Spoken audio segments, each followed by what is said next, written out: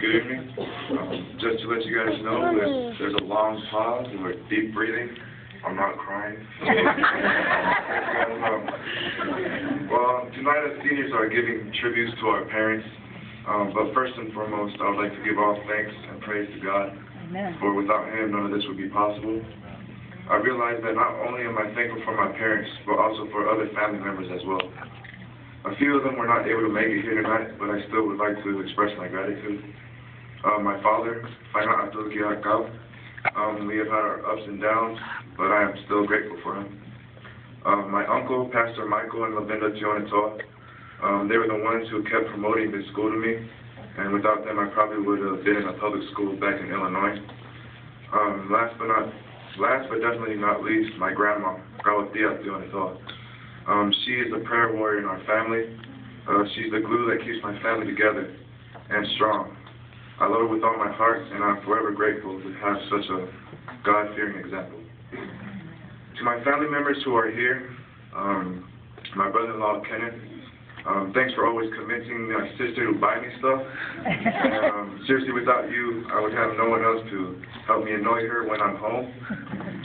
From making fun of her when she fell in the snow when she was trying to dance, to bothering her at 3 a.m. in the morning to take us to Black Friday. It's one of the most important females in my life. My favorite sister, Susan. That is only because she's my only sister. And when we were little, she used to beat me up, call me names, push me into things, making fun of my nose, and telling me I was adopted. But that's okay because I realized that you were just jealous of me. Remember when we were younger, and the older guy used to come and pick on me. You never let them do that to me, and you were the only girl that I saw beat them up for me.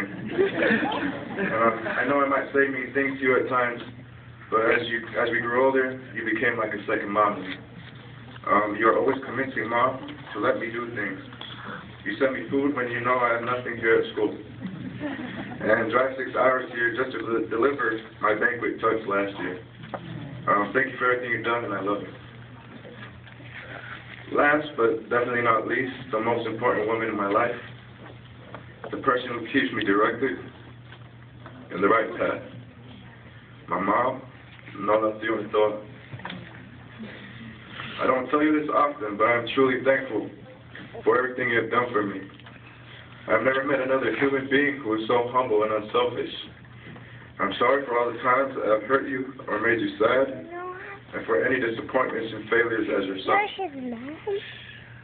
I remember when we first discussed coming to WA, I was so excited to start something new and meet new friends. A few weeks after, you called to check on me and asked how it was going.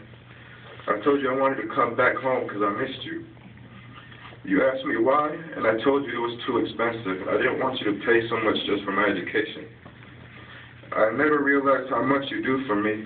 You paid for my school, bought my clothes and snacks, and even gave me extra money just in case I needed it. While you were at home eating leftovers and barely making it day to day. I'm not ashamed to say this because I know that if I could ever be half the parent you are to me, I would be lucky at that. You put us kids before yourself, and I promise not to let you down. Christian education was always important to you, and now I realize why. I want you to know that I'm proud to reply to people who ask me, are you Nola's son? I have no reason not to be proud. And when people tell me how good of a person I am, or when I learned to be a gentleman, I have no other response than from my mother. Thank you for your love, life, and learning experience, Mom. I can't believe I am finally a senior in high school. I couldn't have made it this far without your love and support.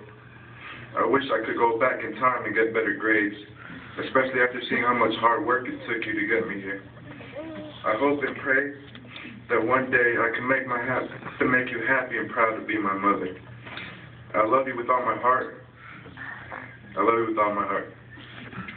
Before I end this speech, I just want to remind you, Mom, of one of our memories. Remember when I was 13 and we were on the freeway on our way to LA? Susan, my sister, and I were in the back seat singing along and you heard my low voice and started saying, "Sony, why are you trying to sound like a man?